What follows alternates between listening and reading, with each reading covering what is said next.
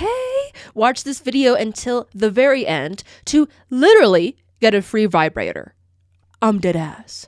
Wriothesley and Neuvillette, Ei and Yae Miko, Kaveh and Alhaitham. What do these Genshin Impact ships have in common? Is it that these are some of, if not the most popular pairings the fans like to imagine while interacting with the game? Is it that they all hold incredible lore, moving backstories, and ample material that makes onlookers swoon with admiration and jealousy? Is it that they're all just hot as hell characters? Not Alhaitham. And they just oughta bang? Dear viewer, I'm here to tell you that all of that is wrong. What they have in common is that they're all boring. Boo, boo, boo. Ew, ew, ew, tomato, tomato, okay? Bro, I don't give a crap about an elderly dragon falling in love with a criminal. But not like Zhongli Child. I meant Neuvillette Wriothesley. It's kind of weird that situation kind of happened twice, huh? The yaoi repeats itself for some reason. I don't care about a god tortured by her past, dragged into the sun by the woman who loves her to save her from herself. And I especially don't give a crap about those gay ass roommates, okay? Because all of these ships pale in comparison to the best ship in Genshin Impact, okay? Ladies and gentle fins, welcome to the stage, Clorinde. Don't click off. Do not click off, okay? Don't do it. I am well aware that Yuri, women loving women, does not sell as well as some of our yaoi ships. To no fault of anyone, honestly, I'm not pointing figures, okay? But I assure you, in this video, I am going to convince you, yeah, you, right there on the couch, that Clorinde is the best ship. Of course, it'll be purely unbiased, all right? 100% scientific and intellectualistic.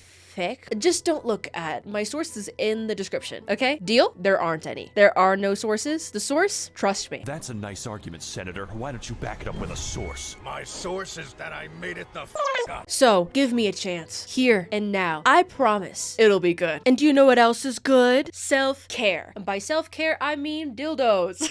This is so funny to be in this video, but I am so hyped to say that this video is sponsored by BB Outlet by Bellesa. Bellesa Boutique offers luxury pleasure products, but they are often sold at luxury price points. So they have decided to make BB Outlet, an extension that still offers toys with exceptional quality, but at affordable prices. Today, I want to show you some of the BB Outlet products that they very kindly sent me. As you can see, they come in this gunmetal type of packaging, and it's very discreet while also very sanitary. Speaking of discreet, we're going to be looking at the BB polish, and it looks like, well, nail polish.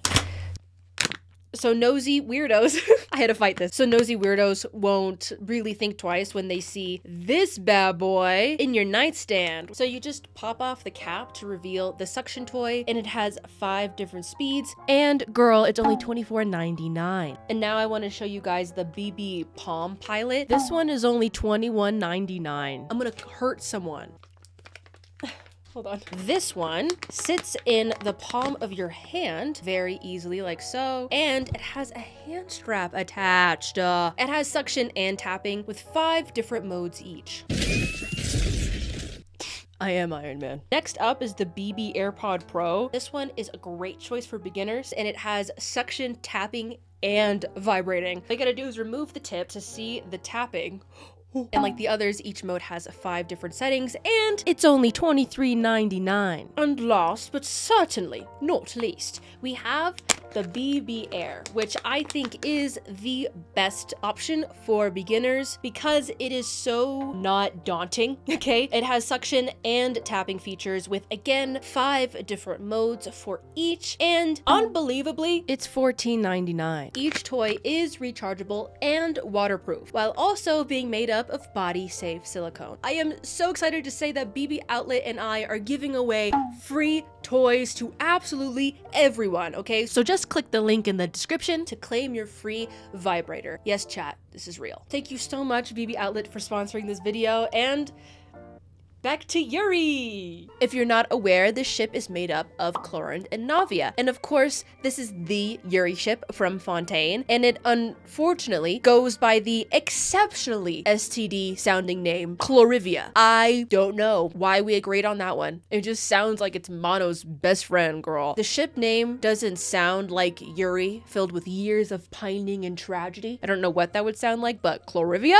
does not sound like that. Anyways, NaCl is another name for this ship, taking the first two letters of each lady's name and putting it together to form a substance consisting of basic elements from the periodic table. No, seriously. Na and Cl, it's sodium chloride, aka table salt, and it's also Yuri, apparently. I don't know why you folks can't understand that. Anyways, Clorinde and Navia are some of the most interesting and well-written characters in the game, in my humbly, completely correct opinion. And when you make them kiss, they get even better.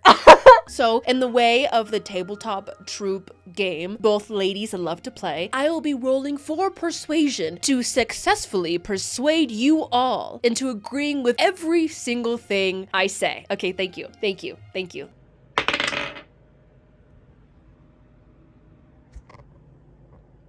Well, shit. Also, hey, welcome back to my channel. My name is E, as in like European suffix. Call that European. I took that joke from Twitter. Do not think highly of me. I decided to make this video about my favorite ship as like a little treat, okay? Just to lighten up some of the heavier topics we have been discussing here on the channel and also what's happening in the world. Please do not take this seriously. Okay, the opening bit was for laughs and for gigs. Kavehtham is probably tied with Clorivia for being like my favorite ship of all time. That yaoi is really good, okay? I'm not gonna lie. And if you are a regular here on the channel, I love you. You know I am very against ship wars, okay? I ship everything as long as it isn't illegal. Heart emoji. And I celebrate everyone's ship because it is supposed to be fun and not that serious. So relax. No fighting in the comments, but let us begin and talk about why Clorivia is actually the best. Disregard everything I just said in that last sentence. I'm right, and I will fight to the death over this. Also, note, unlike my previous queer coding videos, which you should definitely check out, by the way, I am not going to be objective or rational, okay? I'm going to be properly unhinged, raw, and delusional as God intended, okay? So without any further ado, I present to you Yuri. Let us first start with the ladies themselves, but speedrun edition, or else my ADHD will take over and we will be here forever as I go on and on about tiny stuff that honestly doesn't really matter. So I'm gonna try not to do that, I promise. First, we have Navia, the current president of Spina de Rosula. The Spina is described by Navia as a sort of partner to the citizens of Fontaine that helps out the community with all sorts of issues, with the gentleness of a velvet glove or the iron fist as appropriate. That means it's a mafia. I need y'all to sit down when I say this to you. Navia is a really sweet, pretty mafia leader. Right. Get into it. I don't want to hear it. Don't argue with me. Navia was raised by her community, Fluvsange, because her mama was dead as hell and her papa was busy being a mafia leader. But that doesn't mean she was neglected, okay? She was always a cup half full person and saw the beauty in everything. She cherished her moments with her papa and knew he loved her, and she felt constantly loved by the community around her. Then, well, how's Papa doing? He's 6 feet under. He's dead. He's very dead, okay? He died tragically, and along the way, all of her closest advisors that were like basically family members perished too. But on the bright side, she slays in that outfit, girl. Like, she eats it up, okay? When she was young, she was introduced to another girl, a shy, quiet girl who seemed to be the direct opposite of Navia, named Clorinde. Now, as Clorinde tells us in her story quest, she was an orphan who was taken in by a marche hunter and raised to be an excellent swordsman and shooter, like with guns, in all of Fontaine, okay? She describes how weird her master was, who gave her a short sword by the age of 3, and she was also kind of like forced to fight with geobishops at the age of 5, okay? She was wilded, but she kind of like said this with like a smile on her face, like she was like, good times. This short sword, actually, she gave to Navia, by the way. It's like a very, very very valuable family heirloom. She gave it to Navia for her to watch over. Her master taught Clorinde rigorous fighting and survival techniques when she was like 5, okay? So that's crazy. 10-year-old Clorinde being able to kill a man, so real, so true. Okay, that's actually canon. And as we all know, Clorinde grew up to be the court of Fontaine's master duelist, where she would fight defendants found guilty of their crimes or who would rather fight than stand trial. These defendants, if they wanted to truly prove their innocence, would have to challenge Clorinde to a duel, and if they win, they would win their freedom. But,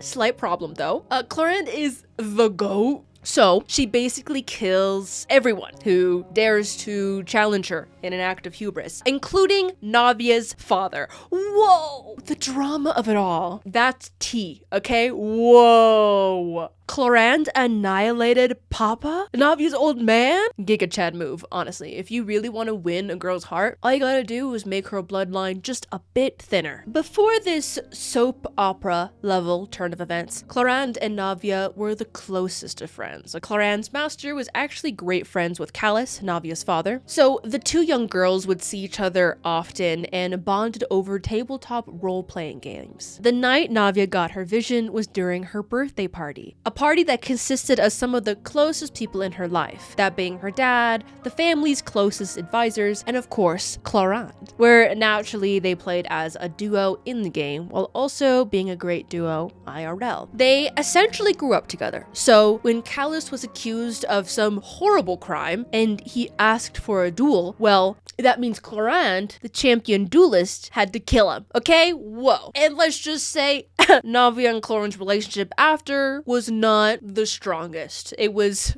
pretty bad. And this, ladies and gentlemen, is where the Yuri gets good. All of that before were facts, of course. Now it's time for insanity. What time is it? It's time for insanity, girl. There are some tropes within shipping and romance, I guess, that I adore. Enemies to lovers being probably my favorite because it's just so fun and it's just saucy, you know, it's just spicy. I also love the whole opposites attract type of trope, or the sun and moon imagery where one character is quiet and reserved while the other is very extroverted and a ball of light. Love that dynamic, and Clorinde and Navia nail the sun and moon imagery to a T. But what about the enemies to lovers one? Honestly, their relationship that they got going on is somehow better than enemies to lovers, okay? It's childhood best friends to betrayal to healing to lovers.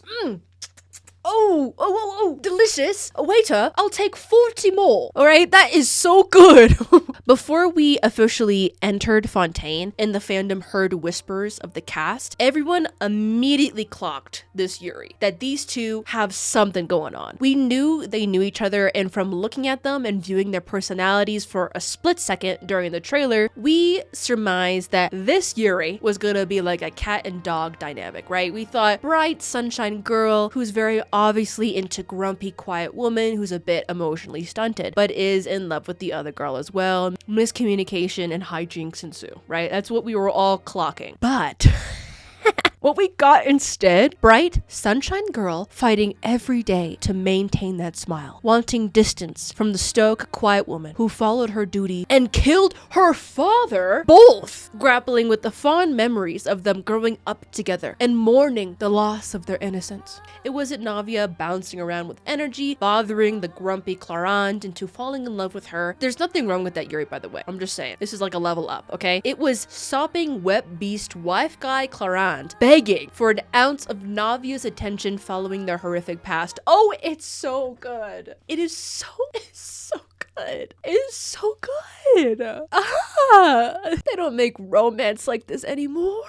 The yearning, so good. It is so yummy. I really love when characters are so well developed that they take you by surprise with how they grow. Like, Navia seemed like the happy-go-lucky, emotionally healthy, spunky kind of character. And yeah, she is that. And being that way is a testament to her strength. She, at one point, had essentially lost everyone close to her, okay? I won't spoil. No, I will. Quick spoilers right now for the Fontaine Archon quest. Just skip 20 seconds. She never met her mother. The day she lost her father, she also lost her closest childhood friend, and then the G's, Malus and Silver. RIP to the goats, okay? Her two closest advisors would sacrifice themselves to save her, okay? Did I cry like a little Absolutely. For a moment there, everyone she was close to was gone, all right? And yet, she still showed up for the people in her community. She still smiles and looks at everything positively and doesn't let the tragedy she has endured take that away from her. Personally, I've always believed this. I always see kindness as a strength. In the face of everything, you still choose to be kind?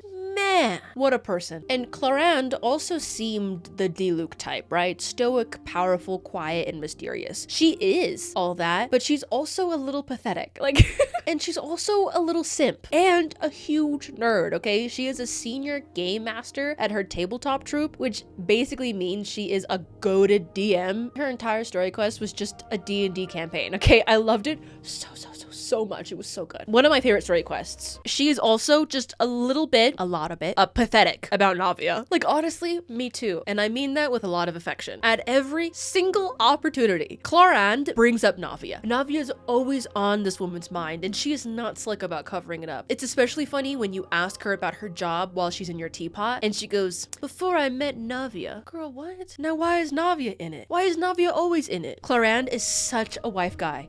I love it. When we first see them meet, you could tell there's a lot of tea under that bridge. In that epic cutscene, after a bunch of Gardamex showed up in an ambush on Navia, Clorinde, who's been tailing her and stalking her to make sure she's safe, shows up and she helps. Navia and Clorinde fight alongside each other wordlessly, okay? They instinctually know each other's moves and are able to cover for each other's blind spots. And then at the end, Navia shoots Clorinde a look filled with complex emotion, okay? That is a complex emotion. And Clorinde goes from being this badass duelist to like kind of like awkwardly looking away. That is such pathetic wife guy energy. I'm so sorry. This whole scene, I'm obsessed. In this scene, she's like, oh, Navia. Oh, this is awkward. Did she see my cool moves? Oh, no. She's probably thinking about how those same moves took her dad's life. But wow, she's so pretty today. Oh God, I hope she talks to me. Wait, I don't want her to. I don't want to be a bad memory for her and hurt her. Maybe I should just go. That was her inner monologue. Trust me. She told me herself. Also, this scene about trying each other's lipsticks, crazy behavior.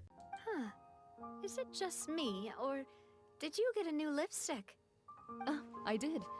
It was a gift from Sijuin. Want to give it a try?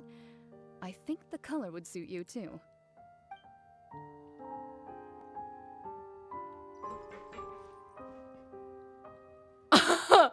Huh? So flirty. And for what reason? Also, this scene in Clorinde's story quest right here. So you're someone who barely smiles and doesn't like sweets. You're really starting to remind me of this one friend of mine.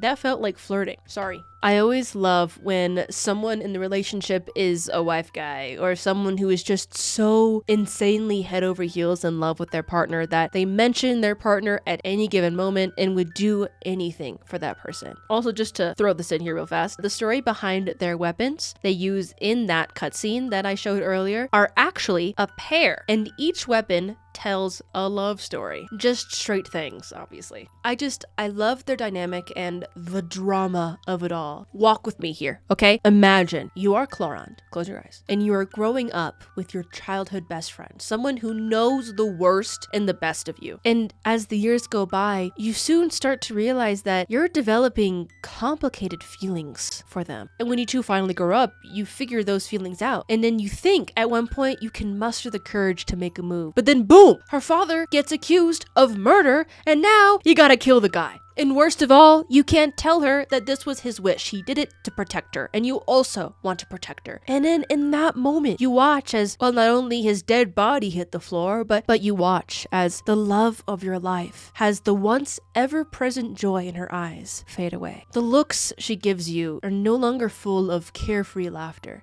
but instead full of weight. You aren't sure if you can even meet them anymore. You distance yourself from her to help protect her, but meanwhile, this whole time, she wished you hadn't. She lost you that day too. And then, through a series of very dramatic events, you are talking again, fighting alongside each other again. And then, very soon, playing Genshin D&D together again, having dinner, just like the old days. You look into her eyes one day, and the weight is still there, but it's being overpowered by her sunshine, her strength, and soon, her love for you.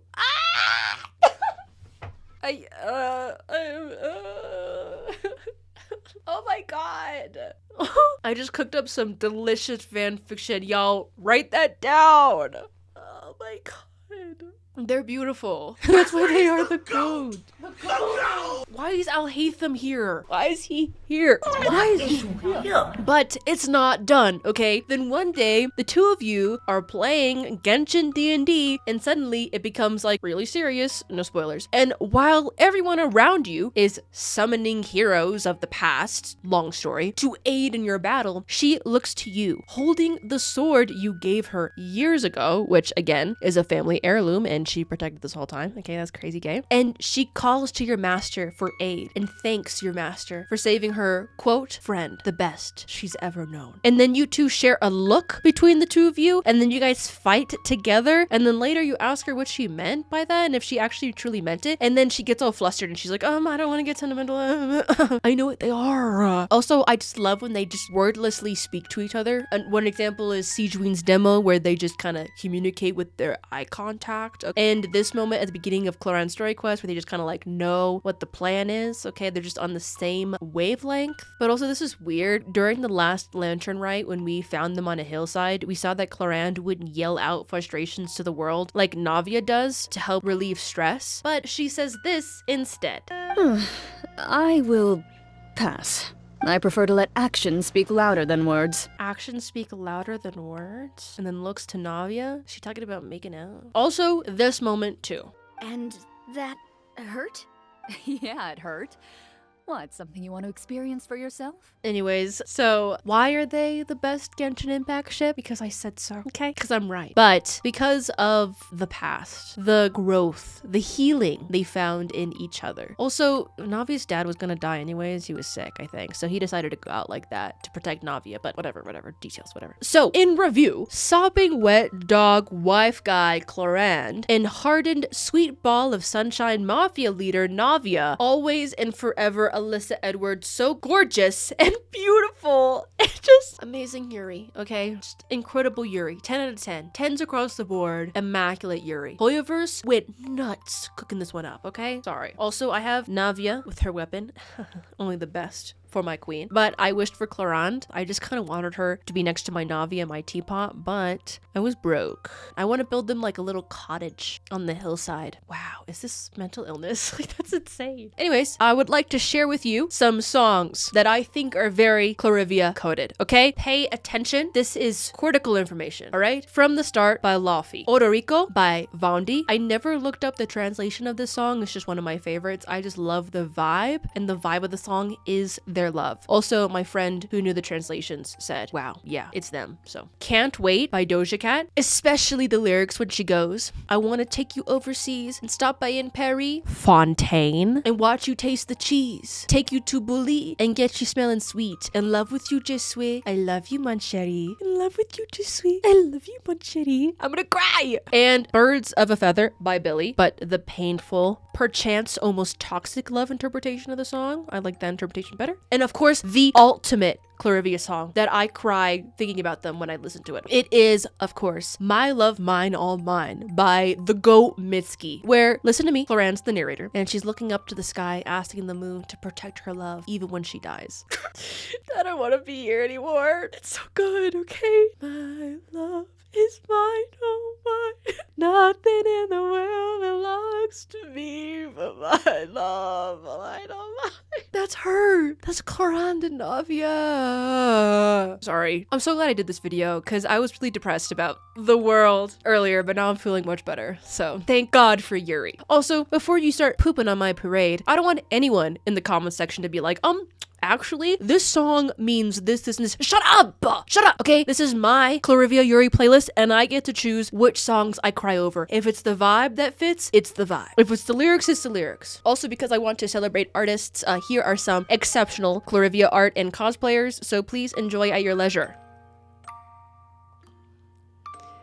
I love them. Well, that was that. My little Clarivia rant. Also, I forgot to say that this video is technically a TWIT, or that's what I think, so part of our series, and well, that's what I think. Anyways, I hope you enjoyed the video, and if you did, please comment Clorivia outsells in the comment section, whether you believe it or not. I will slowly brainwash all of you. Like the video and subscribe for more normal videos like this one. It really helps out the channel like by a ton, so I would be very grateful. Thank you, thank you. Also, if you'd like to support the channel and be able to see videos a few days early, plus get a shout out at the end of every single video, then consider becoming a member on the Ko-fi, ko-fi.com/easocial. It is basically a Patreon, and your patronage would be helping out the channel so much, so thank you in advance. And also, huge thank you to our current Ko-fi members. So big shout out to Alien Eyes, Jonah, Luelle, Kaeya, Luandrill, Joanne, Moon, Blue X Crystal, Summers, Blue Ink Alchemist, Pauline,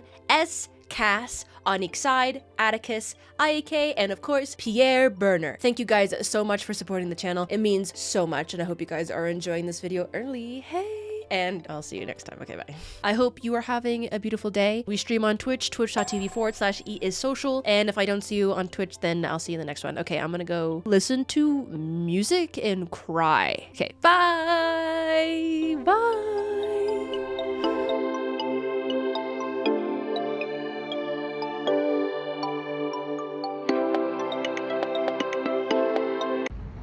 Happy Halloween, y'all. You know, we got that.